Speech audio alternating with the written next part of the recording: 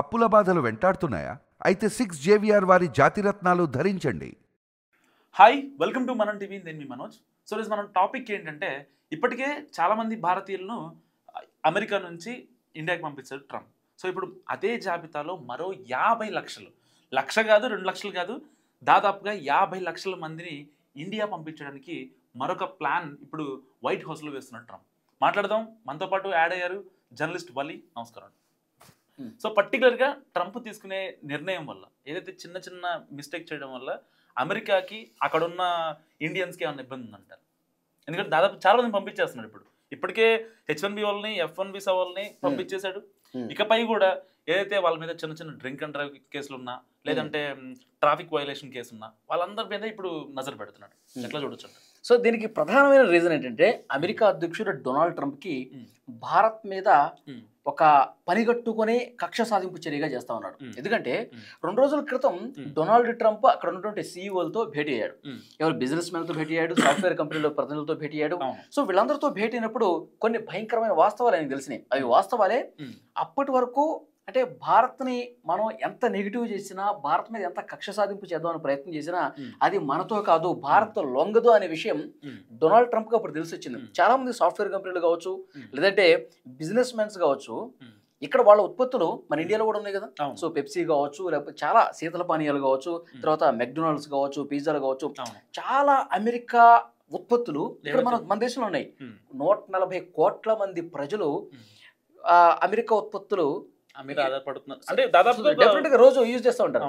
కాబట్టి నేను అనేది ఏంటంటే, వాళ్ళందరూ కూడా చాలా గట్టిగా చెప్పారు, మీరు భారత్ మీద ఈ విధంగా మీరు కక్ష సాధింపులాగా ప్రయత్నం చేస్తే ఏదో రష్యా నుంచి చమురు కొంటుంది కదా అన్న ఉద్దేశంతో దారిలో తెచ్చుకోవడానికి మీరు ఎలాంటి ప్రయత్నం చేసినా సరే అది అసలుకే మోసం వస్తుంది. వాళ్ళు నిజంగా బ్యాన్ చేసే పరిస్థితి వస్తే, మన ఉత్పత్తుల్ని వాళ్ళు బ్యాన్ చేసే పరిస్థితి వస్తే, నిజంగా మా బిజినెస్లన్నీ కూడా మేము మూసుకోవాల్సిన పరిస్థితి వస్తుంది. ఎందుకంటే మాకు ఎక్కువగా మార్కెట్ ఉన్న అతిపెద్ద దేశాల్లో భారత్ కూడా ఒకటి. సో డెఫినెట్ గా మా బిజినెస్ రన్ కావాలంటే దయచేసి మీ భారత్ తో మీరు కొద్దిగా సాఫ్ట్ గా ముందుకెళ్లే ప్రయత్నం చేయండి అని చెప్పి వాళ్ళు రిక్వెస్ట్ చేశారు. వలి చెప్పేది ఒక టాపిక్ అయితే, ఇక్కడ సెకండ్ టాపిక్ వస్తే, ఇప్పుడు 50 లక్షల మందికి ఎలా ఉద్వాసన ఇస్తారు? మరి 50 లక్షల మందిని పంపించడం కరెక్టేనా అనే విషయానికి వస్తే, పర్టికులర్గా ఇప్పటికే దాదాపుగా 3 నుంచి 5 లక్షల మంది భారతీయులను అక్కడ అమెరికా నుంచి గంటేశారు. ఏం కారణాలు? సేమ్ ట్రాఫిక్ వైలేషనో, లేకపోతే డ్రంక్ అండ్ డ్రైవ్ కేసో, అక్కడ ఉన్న చిన్న చిన్న పెట్టి కేసులు ఉన్నాయనో, ఆ రీజన్స్తో ఎవరైతే H1B వీసా మీద అక్కడికి వెళ్ళి అక్కడ ఎవరైతే స్పౌస్ ఉంటారో ఆ స్పౌజ్ వాళ్ళు అక్కడ వర్క్ చేస్తున్నారనో, లేకపోతే సమ్ 18 అవర్స్ కంటే ఎక్కువ వర్క్ చేస్తున్నారనో, లేదు స్టూడెంట్ వీసా మీద ఉన్న F1 ఆ స్టూడెంట్స్ ఎవరైతే ఉంటారో వాళ్ళు కూడా పరిమితికి మించి, అంటే వీక్లీ 28 అవర్స్ కదా, సో ఆ 28 అవర్స్కి మించి ఎక్కువ వర్క్ చేస్తున్నారు. So cash and carry jobs చేస్తున్నారంటూ కూడా చాలా మందిని పంపించారు. ఇప్పుడు వైట్ హౌస్ సాక్షిగా అక్కడ జరుగుతున్న కుట్ర బయటపడిందని చెప్పుకోవాలి ఒక రకంగా. ఎందుకంటే ఇప్పుడు దాదాపుగా 50 లక్షల మందికి చెక్ పెట్టేందుకు, ఎందుకంటే ఇప్పటికే చాలా మంది చెక్ పెట్టబోతున్నాడు. ఎందుకు?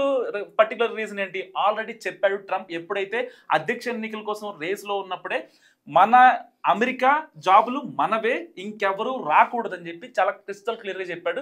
దాదాపుగా అనుకున్నారు అక్కడున్న తెలుగు వాళ్ళు కావచ్చు, PR ఉన్న వాళ్ళు కావచ్చు, చాలా మంది ఏమనుకున్నారంటే, లేదు ట్రంప్కే చేద్దాము, ట్రంప్కే చేస్తే ఏదో ఒకటి మనకు మంచి చేస్తాడు అని చాలా మంది ఆశపడ్డారు. ఈ తానా ఏదైతే సంఘాలు ఉంటాయి, కొన్ని సంఘాలు, అలాంటి వాళ్ళు వెళ్ళి పర్సనల్గా ట్రంప్ను కూడా కలిశారు. ఏమని? మేమందరం మీ వైపే ఉన్నాం, సో మాకు ఇబ్బంది తెచ్చే నిర్ణయాలు అలాంటివి తీసుకోవద్దు, మేమంతా ఎప్పటి నుంచో ట్యాక్స్ పేయర్లు, ఇక్కడే మా ఆఫీసులు ఉన్నాయి, ఇక్కడే మేమంతా ట్యాక్సులు కడుతున్నాం అని చెప్పి కూడా మాట్లాడినా, సో మా దగ్గర నుంచి మీరు మాకు ఇచ్చేది తక్కువ ఉంది, మీరు తీసుకునేది ఎక్కువ ఉందంటూ కూడా ఆయన మాట్లాడిన పరిస్థితి. సో ఇలాంటి నేపథ్యంలో ఎప్పుడైతే అధ్యక్ష ఎన్నికల్లో గెలిచాడో అప్పటి నుంచి తన ఉక్కుపాదాన్ని మోపుతున్నాడు.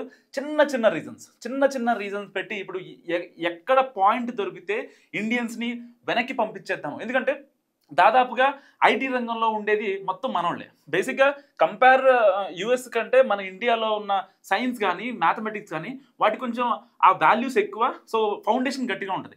మన దగ్గర ఉన్న ఎవరైతే ఒక ఐటీ ప్రొఫెషనల్ ఎవరైతే ఉన్నారో వాడు కనుక US లో ఉంటే, అది MNC కంపెనీ కావచ్చు, లోకల్ కంపెనీ కావచ్చు, ఏదైనా కంపెనీలో ఉంటే చాలా కీ రోల్లో ఉంటాడు. ఎందుకు ఉంటాడు అంటే, మనోడికి ఉన్న టెక్నికల్ స్కిల్స్ కానీ, ఆ కమ్యూనికేషన్ స్కిల్ కానీ, లేకపోతే పే విషయంలో, శాలరీ విషయంలో కానీ చాలా ఇదిగా ఉంటుంది. అక్కడ వాళ్ళు అంటే వాళ్ళని నిలదొక్కుని అక్కడున్న బాస్ని సాటిస్ఫై చేసి వీళ్ళు ఒక నెక్స్ట్ లెవెల్లో ఉంటారు. సో అలా ప్రతి కంపెనీ తీసుకోవచ్చు, మీరు గూగుల్ తీసుకోవచ్చు, లేకపోతే మైక్రోసాఫ్ట్ తీసుకోవచ్చు. ఇలా ప్రతి కంపెనీలో మన ఇండియన్ మూలాల వాళ్ళు ఉన్న వాళ్ళే ఎక్కువ ఉంటారు. సో అలాంటి వాళ్ళనే టార్గెట్ చేయాలనుకుంది ఇప్పుడు అమెరికా. సో పర్టికులర్గా ఎలా అయితే ఇప్పుడు దాదాపుగా 3 లక్షల మందిని పంపించేసిందో దానివల్ల ఇప్పుడు అక్కడ కొంచెం ఆ స్పేస్ అనేది ఉంది. ఇప్పుడు ఆ స్పేస్ ఎవరికి ఇస్తారంటే కెనడా వాళ్ళు కానీ లేకపోతే రష్యా వాళ్ళు కానీ. ఎందుకంటే ఇప్పుడు మనకి ఇండియాతో ఇబ్బంది అవుతున్న నేపథ్యంలో వాళ్ళకి ఆ స్పేస్ క్రియేట్ చేసాం అనుకోండి, వాళ్ళకి ఎవరైతే ప్రొఫెషనల్స్ ఉంటారో H1B వాళ్ళకి వేసామనుకోండి,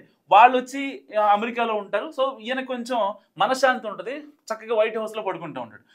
అంటే ఈ రప్చర్ అంతా ఎందుకు క్రియేట్ చేయాలి ఏంటి అనే దానిపైన ఒక రకంగా మాట్లాడుకుంటే, భారత్ అంటే నిజంగా డొనాల్డ్ ట్రంప్కి చిన్న చూపు మొదటి నుంచి. మన మీద పెట్టిన శ్రద్ధ నిజంగా అమెరికాకి ఎలా అంటే ఫినాన్షియల్గా ఎలా హెల్ప్ అవుతుంది అనే దాంట్లో పెడితే చాలా విషయాల్లో లాక్కోవచ్చు. ఎందుకంటే ప్రపంచ దేశాల నుంచి ఇప్పటికీ అమెరికా అగ్రరాజ్యమే, దాంట్లో ఎవరు కాదంటారు ఏవలేగారు నిజంగా. ఎందుకంటే అమెరికాని అగ్రరాజ్యం అంటారు. ఇప్పటికీ ప్రపంచ దేశాల మారకం ఆ ఎక్స్చేంజ్ వాల్యూ అనేది స్టిల్ ఇప్పటికీ US డాలర్లోనే కొనసాగుతుంది. ఎందుకు? వాళ్ళు గట్టిగా ఉంటారు. సో వాళ్ళ ప్రొడక్ట్స్ కావచ్చు, లేకపోతే వాళ్ళు ఇచ్చే మెడికల్ పరంగా కావచ్చు, అన్ని కేటగిరీస్లో వాళ్ళది కొంచెం స్టాండర్డ్స్ ఎక్కువ ఉంటాయి, వాళ్ళ ప్రొడక్ట్స్ స్టాండర్డ్స్ ఎక్కువ ఉంటాయి. ఇప్పుడు అదే ప్రొడక్ట్స్ విషయంలో ఇండియాకి కావచ్చు, రష్యాకి కావచ్చు, ఇజ్రాయెల్ కావచ్చు, ఇటు ఆఫ్రికా కావచ్చు, చాలా దేశాలకి అక్కడున్న ఏదైతే అగ్రికల్చర్ ప్రొడక్ట్స్ని పంపించడానికి కూడా వాళ్ళు రెడీ అవుతున్నారు. సో ఇలాంటి నేపథ్యంలో ట్రంప్ సుంకాల వేట ప్రారంభించాడు. కేవలం ఒకే ఒక్క రీజన్, మనం రష్యా దగ్గర చమురు తీసుకుంటున్నామని ఒకే ఒక్క రీజన్తో మన మీద సుంకాలు పెంచాడు. సో సుంకాలు పెంచినా సరే వీళ్ళు ఏమన్నారా, ఎవరు భయపడిందే లేదు. నిజంగా పెంచుకుంటే పెంచుకోండి, ఇబ్బంది ఏం లేదని చెప్పి అల్టిమేటం వచ్చేసరికి నిజంగా ట్రంప్ దిగొచ్చినట్టు పని అయింది. సో అప్పటికి దిగొచ్చాడా లేదు, ఇప్పటికీ డ్యూయల్ నేచర్ ప్రదర్శిస్తున్నాడు. ఎందుకు ద్వంద్వ వైఖరి ప్రదర్శిస్తున్నాడు ట్రంప్? ఇప్పటికీ వైట్ హౌస్ ఇక్కడ మన ఇండియాలో ఉన్న PMO ఆఫీస్కి కంటిన్యూస్గా కాల్ చేస్తుంది, సో కనెక్ట్ అవుదామని చెప్పి. కానీ కనెక్ట్ అవ్వలేకపోతున్నారు. ఎందుకు కనెక్ట్ అవ్వలేకపోతున్నారు? రీసెంట్గా ఒక మీటింగ్ జరిగింది. ఎవరైతే అమెరికాలో ఉన్న కొన్ని కంపెనీస్ ఇక్కడ మన ఇండియా వచ్చి అక్కడ వాళ్ళ మ్యానుఫ్యాక్చరింగ్ యూనిట్లు పెట్టడానికి, సో వాళ్ళ మీద మనం సుంకాలు ఎక్కువ వేస్తున్నామనే ఒకే ఒక్క రీజన్తో వాళ్ళందరినీ బ్యాక్ రప్పించాడు. నిజంగా ఎంత కోపం ఉంటే ట్రంప్కి అలా చేస్తాడు చెప్పండి గారు. మనోజ్, ట్రంప్ ఏదైతే నిర్ణయాలు తీసుకుంటా ఉన్నాడో, ట్రంప్ తీసుకున్న నిర్ణయాలని అమెరికన్లు వ్యతిరేకిస్తూ ఉన్నారు. ఇప్పుడు రష్యా కావచ్చు, భారత్ కావచ్చు, చైనా కావచ్చు. సో ఈ దేశాలు ఆటోమేటిక్గా ట్రంప్ సరైన దారిలో పోవట్లేదు, ఆయన అహంకారంతో వ్యవహరిస్తూ ఉన్నాడు. డెఫినెట్గా 100% వ్యతిరేకిస్తారు డొనాల్డ్ ట్రంప్ని. కానీ ఇక్కడ ఆశ్చర్యకరమైన విషయం ఏంటంటే అమెరికన్లు వ్యతిరేకిస్తున్నారు. ఈరోజు అమెరికన్లే రోడ్ల మీదకి వచ్చి నిరసన వ్యక్తం చేస్తున్న పరిస్థితి ఉంది. ఈరోజు వాషింగ్టన్ డీసీలో అక్కడ ఫెడరల్ దళాలని మోహరించాడన్న ఉద్దేశంతో వాషింగ్టన్ డీసీలో పెద్ద ఎత్తున అమెరికన్లు నిరసన వ్యక్తం చేస్తూ ఉన్నారు, ప్లకార్డులు పట్టుకున్నారు. వేలాదిగా రోడ్ల మీదకి వచ్చి గో బ్యాక్, డౌన్ డౌన్ ఇవే నినాదాలు చేస్తూ ఉన్నారు. మీరు ఫెడరల్ దళాలు ఏదైతే మోహరించారో వాటిని వెంటనే వెనక్కి తీసుకోండి, సంఘ విద్రోహ చర్యలు ఎవరు పాల్పడుతున్నారు, ఇక్కడ ఎందుకు ఈ విధంగా ఆంక్షలు పెడుతున్నారంటూ అక్కడే అమెరికన్లే, అక్కడ పుట్టి పెరిగినటువంటి అమెరికన్లే ట్రంప్ నిర్ణయం మీద తీవ్రమైన ఆగ్రహం వ్యక్తం చేస్తున్న పరిస్థితి ఉంది. అదొకటే కాదండి, ఇప్పుడు చాలా చాలా చాలా నిర్ణయాలు అక్కడ ప్రజలు వ్యతిరేకిస్తూ ఉన్నారు. ఇప్పుడు వెనిజులా మీద డొనాల్డ్ ట్రంప్ ఒక యుద్ధం ప్రకటించిన పరిస్థితి ఉంది.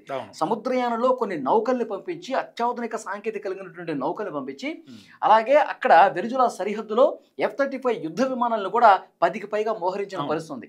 దానికి కారణం ఏంటి? వెనిజులా నుంచి అమెరికాలోకి ఈ డ్రగ్స్ సరఫరా ఎక్కువ జరుగుతుంది, డ్రగ్స్ ముఠాలు ఎక్కువ వస్తున్నారు. వెనిజులా అధ్యక్షుడు మదురో ఎవరైతే ఉన్నాడో అతని సపోర్ట్ ఉండబట్టి ఇక్కడ డ్రగ్స్ సరఫరా జరుగుతుందని చెప్పి ట్రంప్ ఆరోపిస్తూ ఉన్నాడు. కానీ దీని వెనకాల మొదలు ఏంటంటే వెనిజులాలో దేశంలో అత్యధిక చమురు కలిగినటువంటి దేశాల్లో వెనిజులా ఒకటి. సో పెద్ద మొత్తంలో చమురు ఉంది. సో దాని మీద కన్నుబడింది డొనాల్డ్ ట్రంప్కి. దాని మీద కన్నుబడేసరికి డ్రగ్స్ అని చెప్పి బూచిగా సాకు ముందు చూపించి దాన్ని కైవసం చేసుకునే ప్రయత్నంలో భాగంగా ఈరోజు వెనిజులా మీద యుద్ధానికి దిగుతున్నటువంటి పరిస్థితి ఉంది. సో డెఫినెట్గా దీన్ని బట్టి ఏమర్థం అవుతుంది, డొనాల్డ్ ట్రంప్ తాను అనుకున్నది సాధించడానికి ఎంత మొండి పట్టుదలైనా ప్రవర్తిస్తాడు. డొనాల్డ్ ట్రంప్ ఆయన ఇష్టం వచ్చినట్టుగా పిచ్చి పీక్స్కి చేరుకుంటుంది అంటారు కదా. సో అలాంటి నిర్ణయాలు తీసుకుంటున్నటువంటి నేపథ్యంలోనే అమెరికాలో పెద్ద ఎత్తున ఆందోళనలు కొనసాగుతున్నాయి. ఇప్పుడు చిన్న చిన్న ఆందోళనలు మీరు చూస్తా ఉన్నారు, కానీ ఇది ఇంకా తీవ్ర రూపం దాల్స్తుంది. ట్రంప్ నువ్వు దిగిపోతావా లేదా? ఇప్పుడు అక్కడ ఉన్నటువంటి సాఫ్ట్వేర్ కంపెనీల యజమానులు, బిజినెస్ యజమానులే, మ్యాగ్నెట్సే వాళ్ళే తీవ్రంగా వ్యతిరేకిస్తా ఉన్నారు కదా.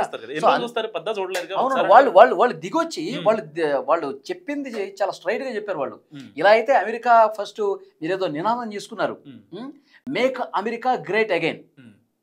సో మాగా ఈ నినాదం తీసుకున్నారు, కానీ అసలుకే మోసం వస్తుంది. ఇక్కడ ఉన్నటువంటి అమెరికా పౌరులు ఇబ్బంది పడే పరిస్థితి వస్తుంది.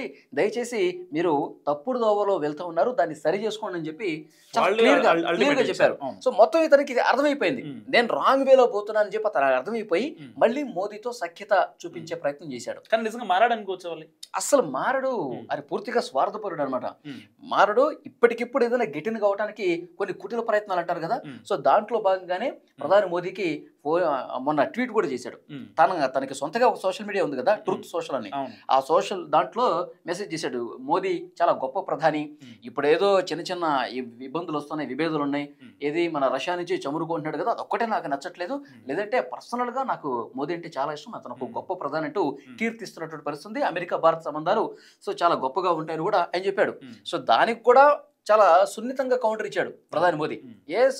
మన మధ్య మంచి అనుబంధం ఉంది, భవిష్యత్తులో కూడా అలాంటి మంచి భాగస్వామ్యంతో రెండు దేశాలు ముందుకు పోవాలని కోరుకుంటున్నానని చెప్పి లైటర్ వేలో ప్రధాని మోదీ కూడా అన్నాడు. ఆయన ఎందుకు ఆ విధంగా పొగడ్తల వర్షం కురిపించేది కూడా అర్థమైపోయింది మోదీకి. సో డెఫినెట్ గా నువ్వు సుంకాలు వేసుకో, ఇప్పుడు 27వ తారీఖు నుంచి అదనంగా ఇంకో 25% సుంకాలు వేస్తాడు. సో ఎట్టి పరిస్థితుల్లో నువ్వు ఎన్ని సుంకాలన్నా వేసుకో, అమెరికా లేకపోతే భారత్కి బతుకు లేదని చెప్పి నువ్వు అనుకుంటున్నావు, ఏ విధంగా బతకాలో మాకు తెలుసు అని చెప్పి మోదీ ముందుకెళ్తున్నటువంటి పరిస్థితుంది. సో అందుకే చైనాతో, రష్యాతో మొన్న అక్కడ చైనాలో టియాంజింగ్లో ఒక మీటింగ్ జరిగింది కదా, షాంఘై సహకార సదస్సు. ఆ సదస్సులో కూడా చాలా స్పష్టంగా బిజినెస్ డీల్స్ మాట్లాడుకున్నారు. ఆర్థికంగా, వాణిజ్యంగా ఏ విధంగా భవిష్యత్ పరిణామాలు ఏ విధంగా ఉంటాయి, మనం ఏ విధంగా ముందుకెళ్ళాలి, అమెరికా ఆధిపత్యానికి, ముఖ్యంగా డొనాల్డ్ ట్రంప్ ఆధిపత్యానికి చెక్ పెట్టేందుకు మనం ఎలాంటి బలమైనటువంటి డెసిషన్స్ తీసుకోవాలన్నది కూడా ఆ సమావేశంలో ముగ్గురు నాయకులు మాట్లాడుకున్నారు. దాని తర్వాత ట్రంప్కి సగం తడిచిపోయింది. అందుకే మళ్ళీ ఎట్లా దారిలో తెచ్చుకోవాలి, ఇంకా కొత్త అవకాశాలు ఏమున్నాయి, భారత్ని మళ్ళీ మనం ఏ విధంగా ఇబ్బంది పెట్టగలం, ఇంకా ఎలాంటి నిర్ణయాలు తీసుకుంటే భారత్ మన దారిలోకి వస్తుంది, ఇదే ఆలోచనతో ఉన్నాడు. అందుకే ఇప్పుడు స్టూడెంట్స్ మీద, అక్కడ ఉద్యోగాలు తీసుకున్న వాళ్ళ మీద, అక్కడ H1B, F1 వీసాలతో ఎవరైతే వెళ్ళారో వాళ్ళని ఎలాగైనా బయటకు పంపించాలి. ఏదో ఒక రీజన్ మన మీద కక్ష కోసం, మోదీ మీద కక్ష తీర్చుకోవడానికి సాధారణ ప్రజల మీద ఇబ్బంది పెడుతున్నటువంటి పరిస్థితి. సో డొనాల్డ్ ట్రంప్ ఏం చేసినా సరే ఎవడు భయపడేది లేదు. చట్ట ప్రకారం, న్యాయ ప్రకారం అంతిమంగా నిజమే గెలుస్తుంది. సో డెఫినెట్ గా న్యాయం గెలుస్తుంది. అక్కడ ఉన్నటువంటి కోర్టుల వ్యతిరేకంగా తీర్పులు ఇస్తున్నాయి కదా డొనాల్డ్ ట్రంప్ కి, అక్కడున్న పత్రికలు కూడా నెగిటివ్ రాస్తున్నాయి. సో డెఫినెట్ గా ఏది అంతిమంగా భారతే గెలుస్తుంది. మన దారిలో మనం ఏ విధంగా రియాక్ట్ అవ్వాలో అమెరికాకి అదే విధంగా 100% కరెక్ట్ గా మోదీ గారు రియాక్ట్ అవుతా ఉన్నారు. ఆయన ఫోన్లకి లిఫ్ట్ చేయకపోవడం కూడా రీజన్ అదే. సో నీ తప్పు నువ్వు తెలుసుకో ట్రంప్, ఇప్పటికైనా నువ్వు మారు అనే ఒక గట్టి మెసేజ్ ఇచ్చారు మోదీ డొనాల్డ్ ట్రంప్ కు పంపిస్తున్నటువంటి పరిస్థితి. సో డెఫినెట్ గా రాబోయే రోజుల్లో ట్రంప్ తన తప్పుని తెలుసుకుంటాడు, మళ్ళీ భారత్ తో కాళ్ల బేరానికి రాక తప్పదని కూడా మనం ఈ సందర్భంగా మాట్లాడుకోవాలి. Thank you. సో ఇది ట్రంప్ మీద అనాలిసిస్. మరి ట్రంప్ గురించి మీరేమనుకుంటున్నారో మస్ట్గా కామెంట్ రూపంలో చెప్పండి. చూస్తూనే ఉండండి మనం టీవీ.